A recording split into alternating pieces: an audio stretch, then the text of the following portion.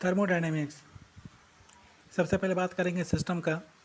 System हमेशा तीन तरह के हैं: open system, close system, isolated system. Open system का बात करेंगे जिसमें मास और एनर्जी दोनों चेंज हो जाते हैं। क्लोज सिस्टम जिसमें मास चेंज नहीं होते हैं बट एनर्जी चेंज हो जाते हैं। और आइसोलेटेड सिस्टम जिसमें मास और एनर्जी दोनों चेंज नहीं होते हैं। ये ना है तो एक्सटेंसिव और इंटेंसिव प्रॉपर्टी दो तरह के होते हैं। एक्सटेंसिव हो जाएगा जो डिपेंड करता है मास पर, अभी नहीं करता है। इंटेंसिव जो मीन्स मास ऑफ सिस्टम पे डिपेंड करता है। एक्सटेंसिव प्रॉपर्टी जो हमेशा नॉन एडिटिव हो जाता है। इंटेंसिव हो जाएगा जो एडिटिव इन नेचर कहलाता है। एक्सटेंसिव में mass, length, volume, entropy, enthalpy, गिव्स फ्री एनर्जी, ये सब हो जाएगा। और इंटेंसिव प्रॉपर्टी हो जाएगा एडिटिव इन नेचर कहते हैं। Temperature, viscosity, refractive index, surface tension, velocity, ये सब। सिस्टम में एक बात याद रखना कि ओपन सिस्टम का जो एग्जांपल हो जाएगा 1 कप ऑफ द टी कहते हैं। क्लोज सिस्टम का एग्जांपल हो जाएगा प्रेशर कुकर कहते हैं। और आइसोलेटेड सिस्टम का एग्जांपल हो जाएगा जिसे आप ये क्या बोलते हैं, जो ठंडी के दिन जो बोतल यूज़ करते हैं ना, इंसुलेटेड बोतल, neither heat absorb neither heat release adiabatic condition, वही वाला आइसोलेटेड सिस्टम होता है। उसमें मास एनर्जी दोनों सेम ही रहता है क्योंकि वो इंसुलेटेड बॉडी होते हैं। Neither heat absorb neither heat release, that is isolated system. अब कंडीशन यहाँ पे 5 है। आइसोथर्मल हो जाएगा, टेम्परेचर कांस्टेंट है, एडियाबेटिक हो जाएगा,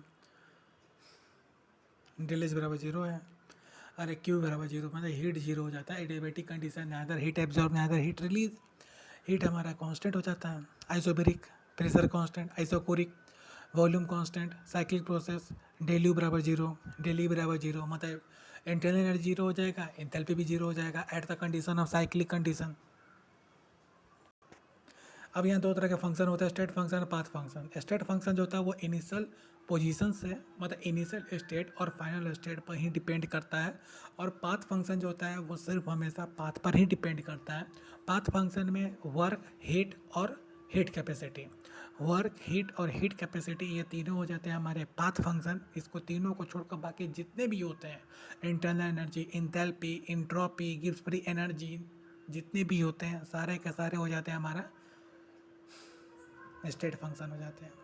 बाकी हीट, वर्क और हीट कैपेसिटी पाथ फंक्शन है।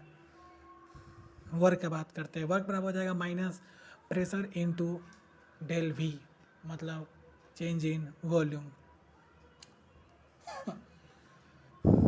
1 कैलोरी बराबर 4.2 जूल, 1 एटम बराबर 1 एटीएम बराबर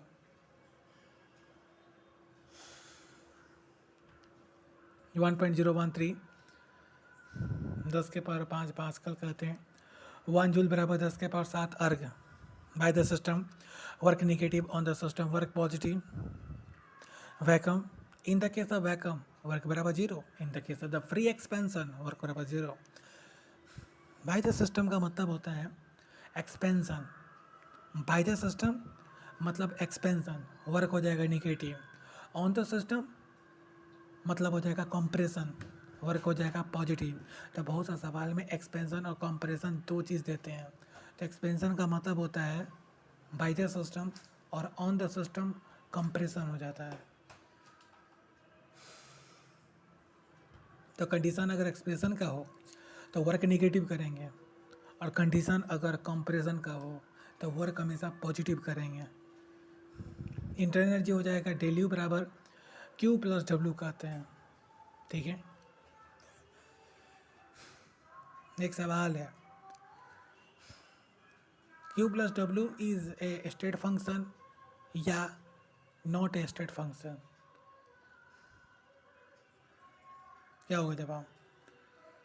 Q plus W is a state function और is not a state function?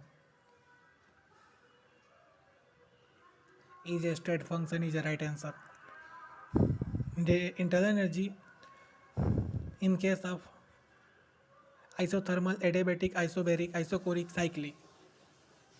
Isothermal, in the case of isothermal, temperature बराबर 0 तो internal energy is equal to 0, तो Q बराबर minus W. Adiabatic condition Q बराबर 0 तो del U बराबर del W. Isobaric pressure बराबर 0, pressure बराबर 0 तो वर्क बराबर 0. ये रॉन्ग है. प्रेशर जब 0 होता है तो वॉल्यूम 0 हो जाए, मतलब वर्क 0 हो जाए, ये सरासर गलती है भाई. आपको पता होना चाहिए कि कांस्टेंट प्रेशर में ही चेंज इन वॉल्यूम होता है. प्रेशर कांस्टेंट जब रहता है तभी हमारा वॉल्यूम में ही चेंज आता है, तो वर्क डन हमारा चेंज होता है. तो कांस्टेंट प्रेशर में चेंज इन वॉल्यूम तो चेंज इन वर्क डन. तो आइसोबेरिक कंडीशन में प्रेशर 0 हो जाता है लेकिन वॉल्यूम या वर्क डन कोई 0 नहीं होते हैं. W इक्वल टू हो जाएगा P इंटू डेल V करते हैं. अगर in the case of isochoric हो तब वॉल्यूम बराबर 0, वर्क बराबर 0, तो डेल यू बराबर डेल यू बराबर क्यू हो जाएगा. साइक्लिक की बात करते हैं तो डेल यू बराबर 0 तो क्यू बराबर minus W.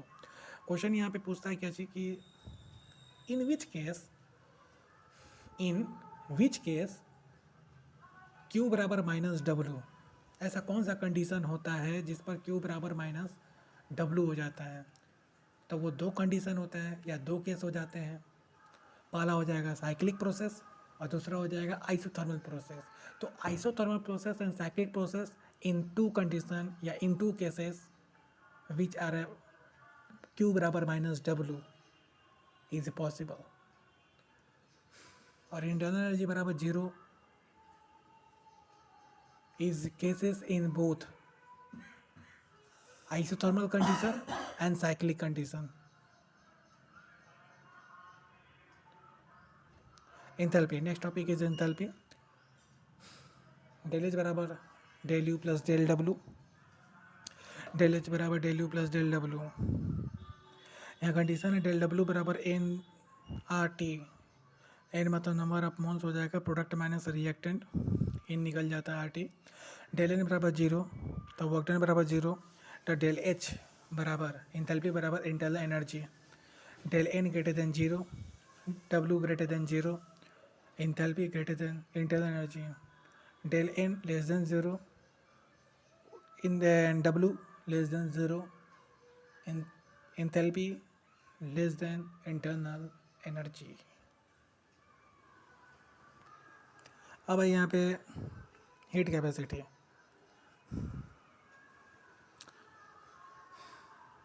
Molar specific heat Q बराबर एम सी डेल्टा टी. ठीक है, Q बराबर M C delta T. C बराबर हो जाएगा Q बटा M into del T. Specific heat capacity CP minus CV बराबर R. ये भी लिखा जाता है कि ये जो हमारा हीट कैपेसिटी मतलब CP माइनस CV बराबर R, तो ये जो C हो जाएगा हीट कैपेसिटी और small CP minus small CV बराबर R बाई M, मतलब M मतलब हो जाएगा मॉलिक्यूलर मास. एक मिनट हम लिख देते हैं यहाँ पर.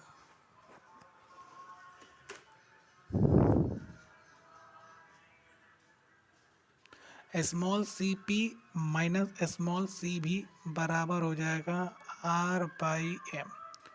एक ये कंडीशन होता है, ये भी होता है और ये भी होता है. ये हो जाएगा हीट कैपेसिटी के बेसिस पर, ये हो जाएगा मोलर स्पेसिफिक हीट कैपेसिटी, मतलब स्मॉल सी जिसको रिप्रेजेंट करता है specific heat capacity. Small CP minus small CV बराबर R by M. Isothermal condition पे इंथैल्पी का केस चल रहा है, तो आइसोथर्मल कंडीशन पे क्या हो जाएगा, रिवर्सिबल इरिवर्सिबल दोनों कंडीशन ये दिया गया है. W बराबर हो जाएगा minus 2.303 RT log P1 by P2 भी होता है जब प्रेशर की बात करें तब, जब वॉल्यूम की बात करेगा तब V2 बाई V1. और इरिवर्सिबल केस में 100% वहीं लगता है. W बराबर minus P into del V, मतलब चेंज इन वॉल्यूम कहते हैं. आइसोकोरिक में वॉल्यूम बराबर 0 हो जाता है तो वर्क बराबर 0 हो जाता है, तो डेल एच बराबर डेल यू कहते हैं. लेकिन जब आइसोबेरिक कंडीशन हो तो प्रेशर बराबर 0 हो जाता है, लेकिन कांस्टेंट प्रेशर में चेंज इन वॉल्यूम तो चेंज इन वर्क डन तो 0 तो होगा नहीं in the condition of isobaric. Then formula वही हो जाएगा, डेल एच बराबर del U plus del W. Adiabatic condition में क्या हो जाएगा कि क्यू बराबर जीरो होता है, लेकिन कंडीशन यहाँ पे दो चीज़ होता है, एक रिवर्सिबल, एक होता है इरिवर्सिबल। बड़ी फेमस सवाल है रिवर्सिबल वाला। पी वी गामा बराबर constant, T V gamma minus one बराबर constant, P one minus gamma बराबर टी गामा बराबर कांस्टेंट। और ई रिवर्सिबल के केस में N C V D T बराबर P external V two minus V one. याद करना कि जब फिजिक्स के थर्मोडाइनेमिक चैप्टर में वहाँ पे एक कंडीशन लिखा गया था कि डेल यू बराबर जो होता है वो एन से भी डेल टी होता है, हमेशा के लिए होता है, ऑलवेज। फिजिक्स के थर्मोडाइनमिक्स चैप्टर में ये लिखा हुआ है, आइसोथर्मल कंडीशन में एन से भी डेल टी डेल यू बराबर हो जाता है, ये ऑलवेज सही होता है, हमेशा डेल यू बराबर एन से भी डेल टी कहते हैं, ये होता था इंटरनल एनर्जी बराबर। तो ये कंडीशन था उसमें उसमें कंडीशन था फिजिक्स वाला में थर्मोडाइनमिक्स चैप्टर में, लेकिन यहाँ पर ये केमिस्ट्री है ना, कुछ उल्टा हो ही जाता है। चलो ठीक है, अब यहाँ ग्राफ देख लेते हैं, पी और भी है तो ये हो जाएगा आइसोकोरिक हो जाता है नीचे वाला ग्राफ को बोलते हैं, और ऐसे बोलते हैं आइसोबेरिक, आइसोथर्मल एडियाबैटिक। इसका याद करने का हम ट्रिक बनाए हैं,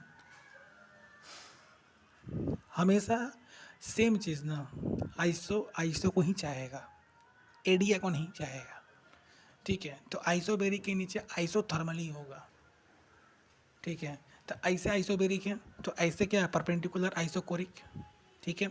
और सबसे पहले आइसो ही होगा, फिर उसके बाद एडिया होगा, क्योंकि आइसोबेरिक जो है वो आइसोथर्मल को ही चाहेगा, आइसो को ही पहले पसंद करे, उसके बाद एडियाबेटिक को पसंद करेगा, सेम को पसंद है। तो पी और भी का ग्राफ में ये रिप्रेजेंट करता है। इन आइसोथर्मल कंडीशन में D P by D V बराबर हो जाएगा पी बाई बी, लेकिन एडियाबेटिक प्रोसेस में D P by D V बराबर gamma into P by B होता है। कभी कभी रेशियो पूछ लेता है, isothermal what is the ratio of the isothermal and adiabatic. तो इसका जो ऐसी होगा पूरा कट के तो बराबर हो जाता है, 1/गामा हो जाता है। तो आइसोथर्मल और एडियाबेटिक का जो रेशियो होगा 1/गामा, और एडियाबेटिक और आइसोथर्मल का रेशियो हो जाएगा तो ओनली गामा। ये बात है। एंट्रोपी में डेल एस बराबर del Q by del T, solid से लिक्विड सॉलिड से लिक्विड तो एंट्रोपी पॉजिटिव, लिक्विड से गैस एंट्रोपी पॉजिटिव, सॉलिड से directly gas entropy positive.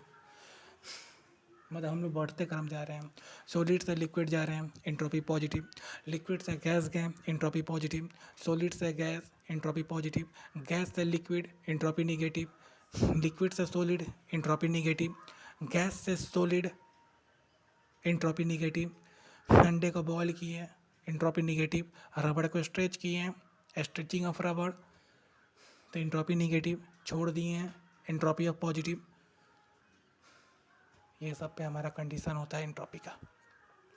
Entropy directly proportional to temperature, entropy directly proportional to amount, entropy directly proportional to molecular weight, entropy directly proportional to atomicity, entropy directly proportional to del N. भाई साहब महाकाल है यहाँ पे। Atomicity का मतलब होता है जैसे O2 है, O3 है, O4 है, तो O3 में कितने हैं एटोमिसिटी 3, O2 में 2, O4 में 4। तक किसका ज़्यादा, जिसका एटोमिसिटी ज़्यादा उसका एंट्रोपी ज़्यादा, O4 का एंट्रोपी ज़्यादा हो जाएगा। मॉलिक्यूलर वेट का बात करते हैं, CO2 है मॉलिक्यूलर वेट कितना 44, O2 है मॉलिक्यूलर वेट कितना 32, कौन ज़्यादा CO2 ज़्यादा, मॉलिक्यूलर वेट ज़्यादा एंट्रोपी ज़्यादा। तीसरा टेम्परेचर है, एक एलिमेंट उसका टेम्परेचर 27 पर है, माना एक T1 दिया हुआ 27 डिग्री सेल्सियस, एक दिया है 37 डिग्री सेल्सियस, एक दिया है 47 डिग्री सेल्सियस, जिसका टेम्परेचर ज़्यादा उसका एंट्रोपी ज़्यादा हो जाता है। डेल एन है, प्रोडक्ट माइनस रिएक्टेंट कर देंगे, देख लेंगे कौन सा इक्वेशन का डेल एन ज़्यादा है, समझिए कि वो entropy del N zero entropy zero, del N negative entropy negative, del N positive entropy positive. बस यही बात है थर्मोडायनेमिक्स का शॉर्ट नोट है, जल्दी देख लीजिए। Thank you.